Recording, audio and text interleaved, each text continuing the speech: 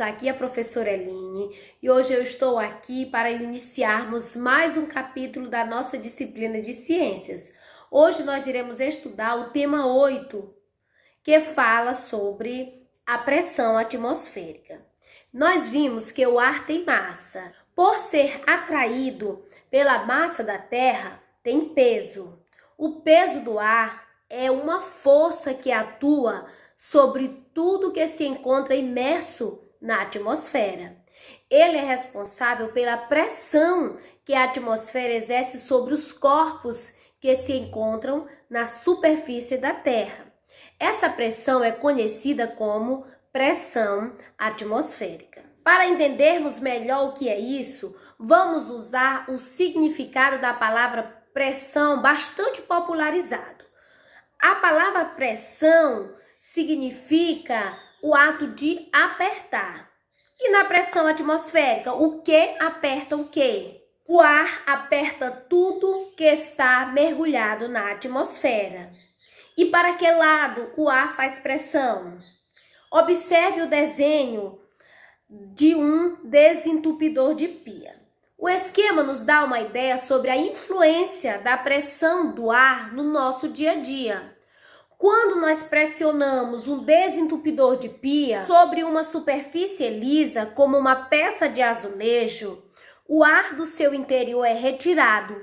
Como o ar externo faz pressão sobre toda a superfície da borracha do desentupidor, este se mantém grudado no azulejo durante um tempo.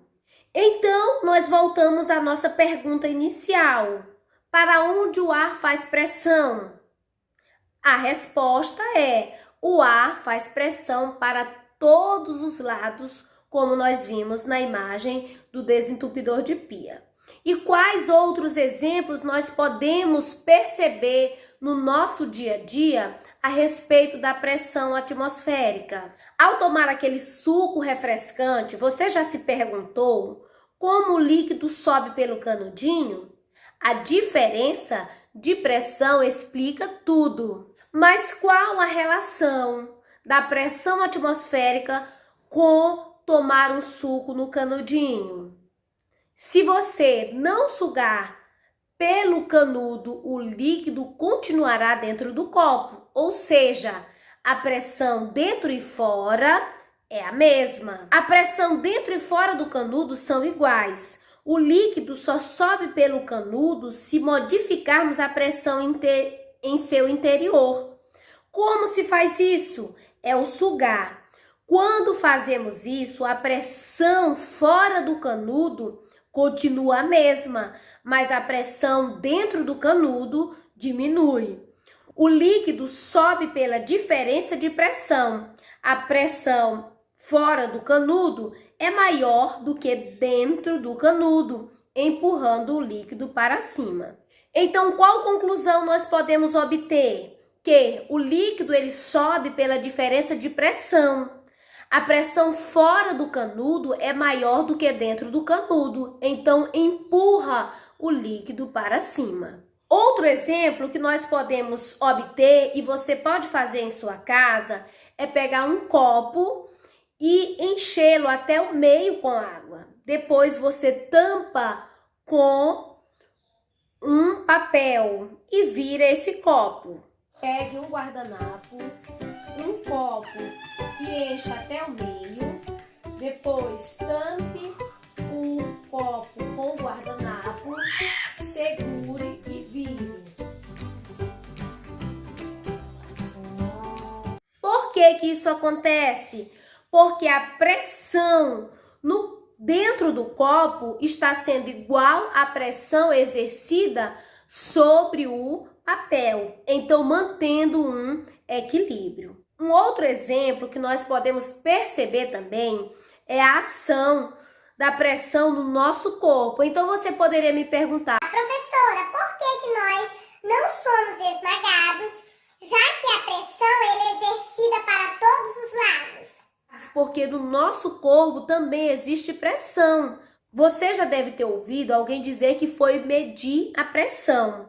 Então, existe uma pressão dentro do nosso corpo, assim como eu citei no exemplo do copo, que mantém o equilíbrio com a pressão atmosférica.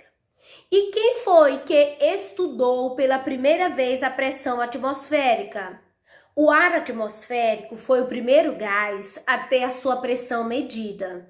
Essa façanha ela foi realizada pelo físico e matemático italiano evangelista Torricelli.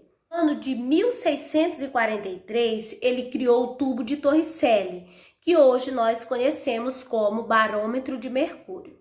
Torricelli pegou um tubo de vidro fechado numa das extremidades e encheu de mercúrio, tapando a abertura com o dedo. Em seguida, virou o tubo de boca para baixo e mergulhou no recipiente com mercúrio. Quando ele tirou o dedo, uma parte do líquido escoou do tubo, deixando o espaço vazio na altura. Esse espaço totalmente vazio é chamado de vácuo, não possui sequer ar. Torricelli realizou esse experimento ao nível do mar.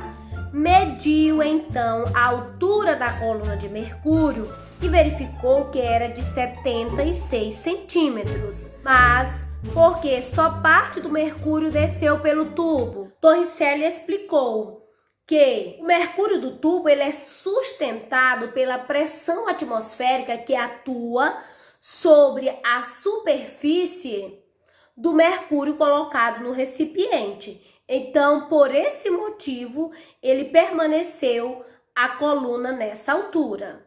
Mas essa medida é sempre a mesma? Não. A pressão, ela também varia de acordo com a altitude. Quanto maior for a altitude em relação ao nível do mar, menor será a pressão, menos ar existirá. O ar ele vai ficando cada vez mais rarefeito. Quando nós estudamos as propriedades do ar, nós vimos que 75% do ar ele está distribuído apenas na troposfera. Então, o que vai acontecer se nós levarmos o barômetro de Torricelli para uma montanha? Nós vamos perceber que a cada 100 metros de altitude diminui 1 centímetro de mercúrio. Vamos conhecer o experimento de Otto von Guericke. Um experimento que foi capaz de constatar a existência e a grande intensidade da pressão atmosférica feita pelo físico alemão Otto von Guericke, por volta de 1650. Ele construiu uma esfera metálica dividida em duas partes. Cada metade constituía um hemisfério. Os dois hemisférios se encaixavam perfeitamente. A seguir, ele juntou os dois hemisférios e, usando uma bomba que ele mesmo inventou, retirou todo o ar de dentro dos hemisférios.